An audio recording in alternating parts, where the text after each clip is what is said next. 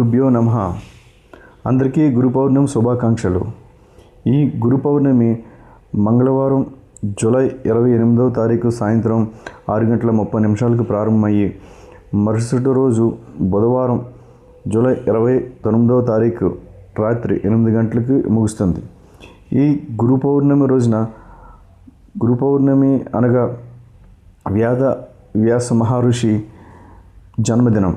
అందుకే ఈ ఆషాఢ పౌర్ణమి రోజున వ్యాస మహర్షికి పూజలు చేయడం అనేది జరుగుతుంది. ఈ వ్యాస మహర్షి మనకు ఉన్నటువంటి 4 వేదాలని విభజించి మనకి అందించినది ఈ వ్యాస మహర్షి. మరియు ఈ వ్యాస మహర్షి మన 18 పురాణాలను మరియు మహాభారతాన్ని, బ్రహ్మసూత్రాలని అందించింది కూడా ఈ వ్యాస మహర్షే. అటువంటి ఈ వ్యాస మహర్షి జన్మదినాన్ని గురు పౌర్ణమిగా మనం పూజించుకోవడం అనేది జరుగుతుంది. మరియు ఆ మహాశివుడు ఆదియోగిగా వచ్చి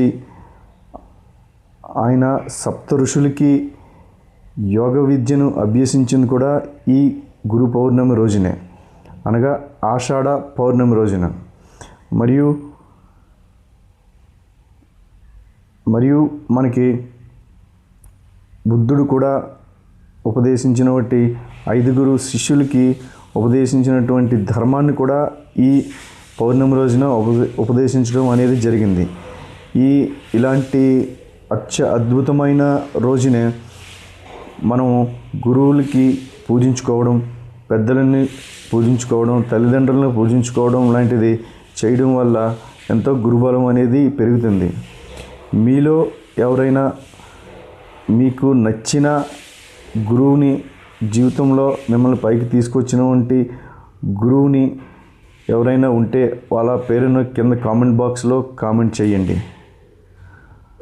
సర్వే జన సుఖినో భవంతు. Thank you.